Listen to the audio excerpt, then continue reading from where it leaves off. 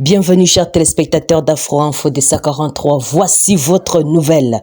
La société civile alerte ce vendredi 26 mai sur la présence du chef de la rébellion du M23, Sultan Makenga, dans les territoires de Nyiragongo en province du Nord Kivu. Mambo Kawaya, président de cette structure, indique que ce chef terroriste a été visible toute la journée du jeudi au bureau du territoire de Nyiragongo pour des causes jusque-là non dévoilées. À cet effet, cet acteur de la société civile confirme l'opinion tant nationale qu'internationale que les terroristes du M23 RDF préparent les attaques généralisées contre les positions de l'armée congolaise dans cette partie du Nord Kivu. Il motive cette déclaration par le fait que les activités militaires sont observées du côté du Rwanda. Hier, plusieurs soldats RDF ont passé leur nuit non loin du marché Riabizige, district de Rubavu, en guise de repos en attendant leur déploiement aujourd'hui vers le territoire congolais via Kibumba.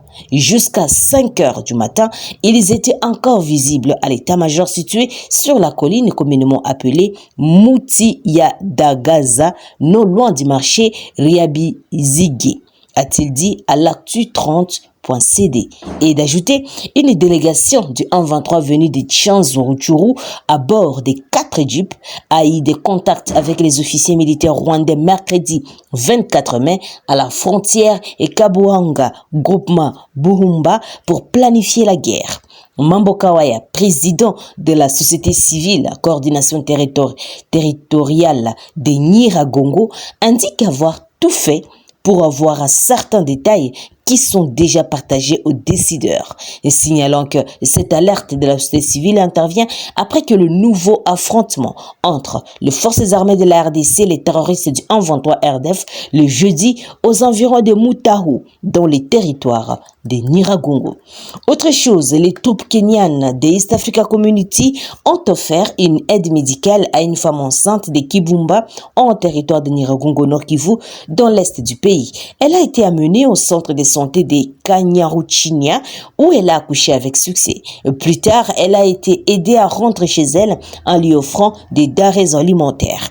La bénéficiaire a remercié le soutien de la force.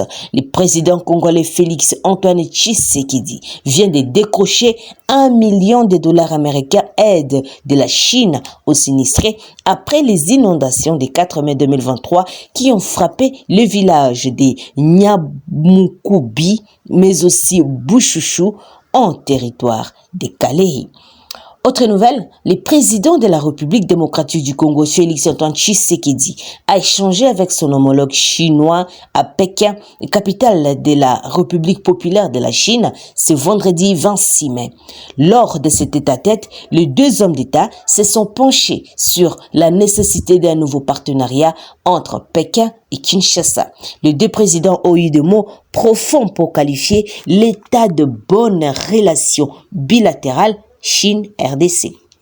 Dans son discours d'introduction de la séance de travail bilatéral, le président Xi Jinping a souligné sa volonté de consolider une coopération pragmatique avec la RDC. Il a félicité le président Tshisekedi pour son leadership national et régional pour consolider la paix, le développement et la stabilité en Afrique et en RDC, en particulier, lit-on dans une dépêche de la cellule de communication de la présidence de la RDC, dont une copie est parvenue à 7 sur 7.cd ce vendredi. Et au président chinois de poursuivre, je suis d'avis et qu'il faut créer plus d'opportunités entre nos pays et faire évoluer des relations bilatérales vers un partenariat global stratégique. Dans la foulée, la Chine a annoncé une aide d'urgence d'$1 million américains pour secourir les populations sinistrées de Kalehe, victimes des pluies diluviennes. Et de son côté, le président Tshisekedi a salué les grandes réalisations accomplies par la Chine dans son pays durant les 10 dernières années.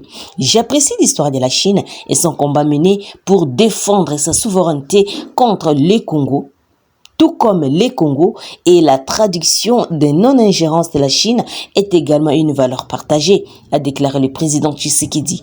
Voici la liste des protocoles d'attente signés ce vendredi entre la RDC et la Chine lors d'une cérémonie présidée par les deux chefs d'État, Xi Jinping et Tshisekedi.